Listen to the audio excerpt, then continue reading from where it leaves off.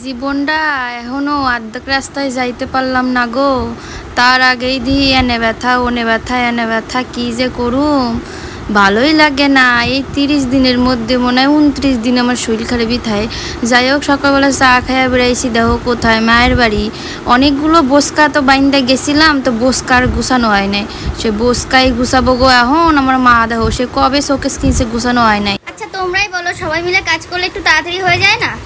হ্যাঁ, আমি যদি এগুলো একা একা করি, এমনি আমার মাজা ব্যথা, কোমর ভাঙা, আমার হাঁটু ভাঙা, তাহলে একা একা করবো কি করে? মানুষের সাথে একটু হেল্প করতে হবে, তার জন্য কত কথা শুনতে হয়। এতগুলো শাড়ি দেখো, এগুলো কি গুছাতে টাইম লাগবে না? অতই সহজ। আবার এইটার মধ্যে আছে, এই টলিটার অবস্থা খারাপ। কি রে, এই পুচকু, চুপ করে বস। যদি এমন কইরা তুড়ি মাইরা যদি জামা প্যান্টগুলো কেউ গুছাই দিত, কি যে মজা লাগতো।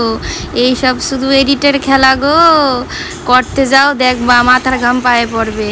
বাড়ি আইসি দেখো মাংস রান্না হচ্ছে, মাংস আওয়াজ পাচ্ছ, টকবক করে ফুটতেছে গো।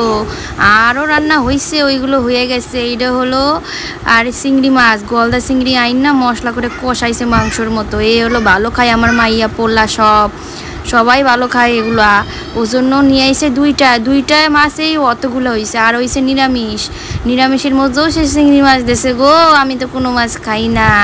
সে যাই হোক, কচুরা একটা দিছিল, কচু করতে বারণ করলাম, অনেক কিছু হয়ে গেছিলো সেই জন্য। তাহলে কেমন লাগলো কইও, এখন যাই, ভালো লাগতেছে না।